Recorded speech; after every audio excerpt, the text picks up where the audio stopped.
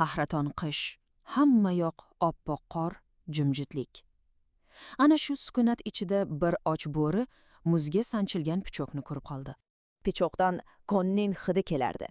Bu hid uning butun vujudini titratib yubordi. Oson o'lja hidi. Vau, ikkilanmadi, shunchaki pichoqni yaladi. Birgina oddiy harakat. Ta'mi shirin edi, juda yoqimli. Bu lazzat shu qadar kuchli ediki, u o'zini to'xtata olmasdi. Yana va yana yalardi. Bilasizmi? Pichoqning sovuqligi uning tilini muzlatib qo'ygandi. U o'tkir tig' tilini kesayotganini sezmasdi ham. O'sha shirin ta'm bu o'zining qoni edi, lekin u buni bilmasdi. Va o'sha lazzatning eng cho'qqisida uning yuragi to'xtadi. Xo'sh, bu shunchaki bir ertakmi? Yo'q. Bu biz haqimizda. Eng xavfli tuzoqlar temir panjaralardan yasalmaydi. Ular lazzat niqobi ostida keladi. Bizni o'z qo'limiz bilan o'zimizni yo'q qilishga majbur qiladi va biz buni sezmay ham qolamiz. O'ylab ko'ring, kunduzi sizni kuldirib, kechasi yig'lashga majbur qiladigan inson. Bu o'sha muzlagan pichoqning o'zi emasmi?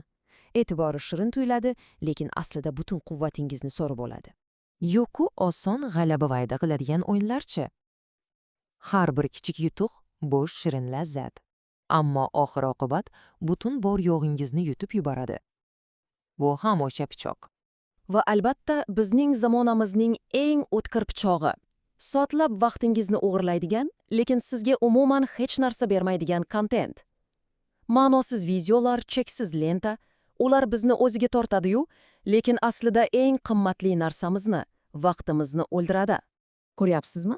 Ularning ko'rinishi har xil bo'lishi mumkin, lekin mohiyati bitta. Toksik munosabat, qimor, vaqtni behuda sarflash, bularning hammasi bizga vaqtinchalik lazzat berib, uzoq muddatda bizni halok qiladigan muzlagan pichoqlar.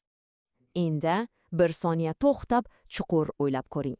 Sizning hayotingizda nima shirin tuyuladi-yu, lekin aslida zaharli. Sizning vaqtingizni, kuchingizni va baxtingizni o'g'irlayotgan muz ustidagi pichog'ingiz nima?